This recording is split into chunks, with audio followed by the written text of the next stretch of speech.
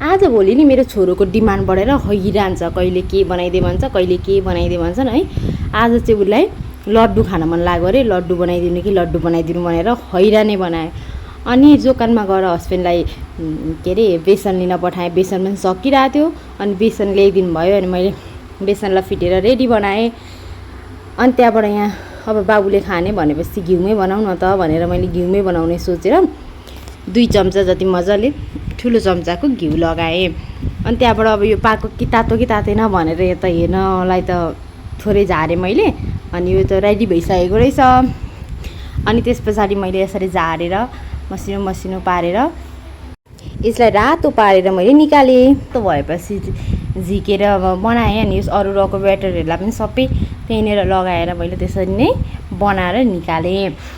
अनि यसरी घरमै बनाएर खाँदाखेरि चाहिँ सन्चो पनि हुन्छ क्या। अब बाहिरको कहिलेदेखिको तेलहरू हुन्छ, कहिलेदेखिको युज गरेको हुन्छ। अनि म चाहिँ प्रायः खानेकुराहरू चाहिँ बाबुलाई घरमै बनाएर दिन्छु क्या। मैले सबै निकालेर यसरी मजाले ग्राइन्ड गरेर अनि यतिको बनाएर निकालेँ।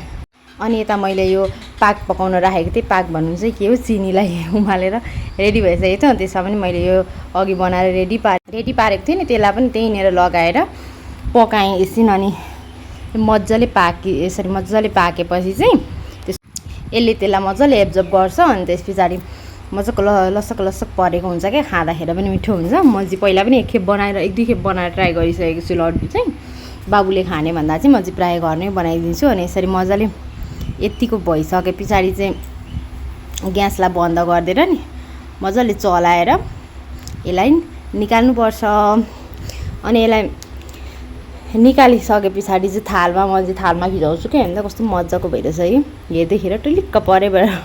यसरी घरमै बनाउँदाखेरि चाहिँ नि थोरै पैसामा धेरै पनि बन्ने, अनि आफ्नै घरमा भएको अब ताजै हाल्ने हुनाले चाहिँ सन्चो पनि गर्छ क्या, खाँदा पनि असर गर्दैन भने जस्तो लाग्छ। अनि म चाहिँ प्रायः सब घरमै बनाउँछु क्या खानेकुराहरू चाहिँ। अब यहाँ देख्न सक्नुहुन्छ हाम्रो चाहिँ अब लड्डु डल्लु बनाउन रेडी भइसकेको छ। अनि मैले चाहिँ अलिक सेलाएपछि चाहिँ थालमा यसरी फिजाउँदा छिट्टो सेलाउँछ क्या। हतारै थियो बाबुले खाने भनिरहेको थियो। अनि यसरी सेलाएर मजाले थालमा डल्लो पार्दै राखेँ। अनि हेर्नु कस्तो मजाको, हेर्दैखेर लसक परेको भइरहेछ।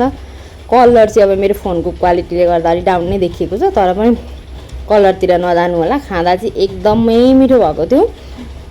अनि यसरी सबै डल्लो बनाइसकेँ मैले। अनि त्यस पछाडि यसलाई चाहिँ एकछिन फ्रिजमा राख्थ्यो भने चाहिँ मजाको बनिन्छ क्या। अब आफूलाई फ्रिजमा राख्न मन लागेन भने बाहिरै राख्दाखेरि पनि भयो। अनि मैले चाहिँ यसलाई एउटालाई फुटाएर एक गरी हेरेँ, कस्तो मजाको भएको थियो। हजुरहरू पनि बनाएर खानु होला। Thank you.